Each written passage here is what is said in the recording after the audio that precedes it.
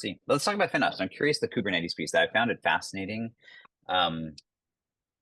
just Yes. because Kubernetes is one of those things that it's very technical and but from a FinOps perspective in particular, there's a huge play. Yeah,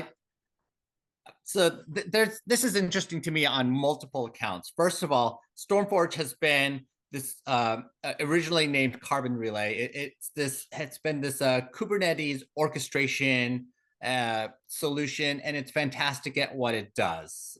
When we think about Kubernetes, it's a great way to be able to abstract workloads across different infrastructure as needed to support the workload, but it's very ephemeral and it's hard to keep track of. So StormForge has been a great solution to be able to keep track of what is happening through Kubernetes and to be able to optimize workflows and workloads through Kubernetes. Really good.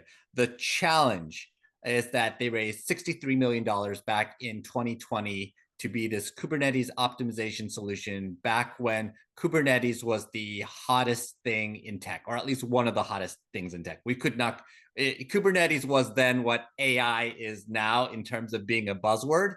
And everybody just couldn't stop saying K8s, K8s or Kubernetes, and how this was going to be the future of all infrastructure. And it didn't quite work out that way. Kubernetes is obviously important, but it is not the end all be all of IT as it kind of felt 5 years ago.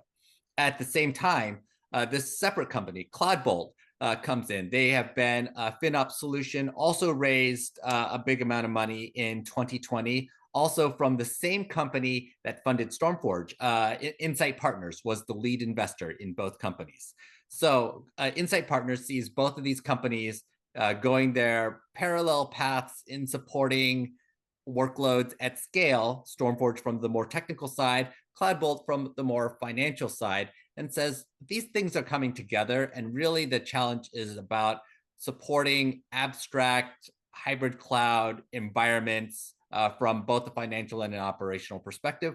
Let's bring these together so we have greater visibility to what is happening at cloud as a whole, and to be able to handle both the minute changes that are happening at a very rapid basis based on Kubernetes for StormForge, and then being able to bring that back to operational and financial visibility in CloudBolt so that you have a better idea of what is happening at a big picture in the cloud world. So I think this is a great move from that big picture perspective in being able to manage the cloud and understand what's going on. Yeah, I think we're going to see more and more of this sort of stuff as we are looking at I can never say this word, operationalization, and just the need to simplify. They need to bring everything together. I think the challenge for Kubernetes has always been the complexity that it brought, because even though on the one hand it's designed to drive flexibility and vis-a-vis that simplicity on one level, right? It also just the ephemerality of it makes it very difficult to manage, and it's particularly from a cost standpoint, and that's what they're trying to address here. And I think that we're going to see that. We're going to see that the world, and this is why I'm a huge fan of FinOps in general right now. And I think, and going all the way back to where we started the conversation with tariffs, it's going to drive this home even more. It's like we have to merge FinOps and the operational aspects of it together. We have to be looking at everything holistically at all times. And I think that's what part of this is. So I know we're going to run out of time, so we can talk about the MCP thing later. I think it's just, but to me, the MCP story with Solo.io is just the same thing. It's like, okay, we have this great idea, but now people are starting to come out of the woodwork and talk about how do you actually make it a reality. And that's what that one's about.